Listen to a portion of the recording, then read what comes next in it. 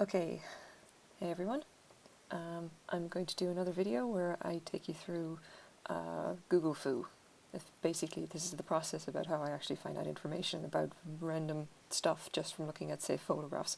In this case, what we're starting off with here is a Craigslist ad that I've been looking at today. Antique sun-turned purple swung glass vase, currently selling for $80 in Vancouver. This is literally just something I was looking at, and I have particular searches that I do because I'm interested in glassware, and this one came up. So we have a couple of photographs here. That's kind of the best one there. That'll give you some an idea. So this is all we've got. All we've got are the photographs, and we just have to try it. We have to try and figure out what it is. So let's get started, I guess. So the first thing that I'm doing is I'm looking at EAPG. EAPG, if you've never seen it before, stands for Early American Pressed Glass or Early American Pattern Glass. The claim here is that this is an antique, so we're going to just take them at their word and we'll say, okay, can we find something that is actually EAPG? Now, I think that this is a celery vase. This is a particular thing in a particular style of vase that was made from EAPG. I'm looking for an EAPG patterns, a celery vase, and we'll see if we've got anything that kind of looks a bit like this. The celery vase is literally just like this kind of like slightly footed vase for celery, obviously enough. Victorians were strange that way. So straight away we've got a hit. So we've got this Victorian EAPG pattern glass celery vase. You can see that it's got this kind of lobed pattern. It looks a lot like what we're starting with. So this is encouraging. Okay, maybe we're on the right track. So let's keep going. What else have we got? We're going to start and say, okay, it's something fluted, because that's kind of a description that I could use, and start taking a look through all of the different glassware or whatever, and I do actually have at least one hit. We've got this here. So flint glass, celery vase, panels, fluted. Again, Google Foo is basically the art of trying to figure out what people are calling the stuff that they put up online, what kind of keywords they would attach to different photographs. So in this case, okay, maybe we've got something. Is this flint glass? Flint glass, I don't really know a whole lot about, except that it's kind of the very early kind of, the very early EAPG stuff. It would just be kind of a bit heavier, and it's got a slightly different colour as far as I know. Generally considered to be kind of higher quality as well. So, okay, at this point we're like, yeah, okay, we're on the right track. Let's keep going. Flint glass celery vases. Now, we've got a lot of options here. We can see that, yeah, there's a bit more starting to pop up. There's more photographs of this kind of this style you can see with the fluting. So now we've got large antique flint glass tulip celery vase. Okay, so circa 1850. And this is encouraging because you can see that it's got this cut glass base. It looks to be like maybe octagonal at best.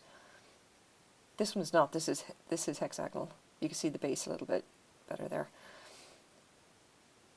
So I mean, this is good. Okay, we're still on the right track. Let's keep going. Flint glass, tulip celery, hexagonal base. And let's see where we're at. Okay, now this is great. Now we can actually flick through. We're starting to look at, like, we're getting a lot more examples that look a lot like our vase that we're trying to find information about. And here's one. So now we actually have the name of a company, Boston and Sandwich Glass Company.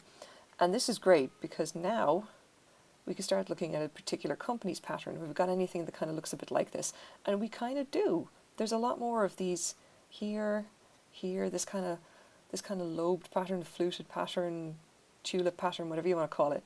Now, because we got the name Boston and Sandwich Company, at this point we can go to the Early American Patterned Glass Society, eapgs.org. This is a fantastic resource for this kind of glass. They have a massive database of they describe all these kinds of patterns, they describe like colours, and there's a huge amount of information which is basically just like community curated, and they have loads and loads of these wonderful photos that just kind of describe each of the common patterns for all of these different companies. And they have like searching by maker, by details, by by shape. It's a fantastic resource. So now we're going to be looking at Boston and Sandwich Glass Company, and here's a bunch of examples of the pattern that this company would have done. And you can see the time period is about right, 1825 to 1887. And if we go down, here we go, tulip with octagonal base. And this is good. I mean, we're still, okay, Are we on the right track? Well, we're kind of not, because this is octagonal. We're specifically looking for the hexagonal base. And this seems to be kind of the key here, although we can get a lot of examples where of like stuff that has like a rounded base, you know, with fluting or tulip shape, or even like the octagonal with fluting. The hexagonal one, that seems to be the key. And what's the first thing that we see pop up here? But this EAPG tulip shaped celery vase, and it's got that specifically. So if we take a look, this person came looking for help and specifically said 8 inches tall, celery vase, quite heavy glass colouring panels, hexagonal. This is kind of the great thing about, like, I mean, Google just like it tries to, obviously Google is very good at trying to pull out stuff that's relevant, which is why it's great for you got to just figure out the correct keywords in order to do identification. And if we actually scroll down here, this person in 2013 did get information, and they got this, a website, krys-tol.com, and we can go take a look. This website has a massive just like this description of this, I think it's this couple's journey to collect a particular line of glassware. Okay, the krys-tol line of glassware, and it's in the Chippendale pattern, and that's really great. That kind of that krys-tol line, that gives us more information. Now we go Googling again, and what do we find? But this is another great resource, carnivalglassworldwide.com. These again would have like all of this massive database of different patterns, colors, and shapes, and of the of carnival glass more specifically. But they also have stuff like this. So here we go, crystal glass. This dates back to 1905 apparently. So we can basically dismiss Boston Sandwich. It's too early. We're looking at this specifically instead. So they have all this information about this company and what it did, and you know, kind of the advertisements and what have you. And if we scroll down here, there's a vase that looks kind of familiar, and this is dated 1924, National Glass Company, and that is just great. That kind of gives us a date. That gives us what it probably is, and it gives us the date. Now the problem is that the stuff here is embossed. Okay, it's got marks of some kind. It looks very much like this has no mark, because if it did, this person probably would have mentioned it. So we got to go back and we got to keep looking. Let's start looking for more about krys-tol Chippendale's celery vase. And you can see that that's definitely, like, that's it. That's the form. That's exactly what it is. And not even that, but if I actually went back and took a look at the APG as database again, this is Chippendale by the Ohio Flint Glass Company. And we already know, where is it? Ohio Flint Glass made this pattern. So if we go back, there we go, there's our vase, and in this case it's got this embossing on it. So now we have a little bit of a problem. Is it possible for this vase to not be embossed, for it to be unmarked? And again, if you Google this, yeah, it actually turns out that it can. So there's a little quick description here. This person just added some information about when these different companies would have made this particular glassware. And the one thing that we're interested in is that Jefferson Central, the International Corporate, blah, blah, blah, blah, blah. In the UK, this pattern was sold by the National Glass Company. And they continue to produce items in the pattern up to the mid-1950s, blah, blah. Now, the one thing here that I'm actually really interested in is that in addition to paper labels, items have been found embossed with krys-tol, Chippendale krys-tol, and a few other things. That's the important thing. It is possible for items with this pattern to have paper labels and be unbossed. And you can see that only items that are produced by Ohio Flint, Jefferson, or Central carry the embossed markings. And that works for what we've got here, our date. This is National Glass Company. So we know this vase may have been made with a paper label. That's fantastic.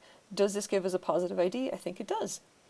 We now know that this is a vase from 1924, made by the National Glass Company, in the pattern called Chippendale.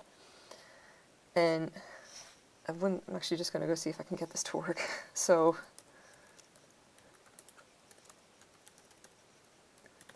you can see I've done other searches here. Chippendale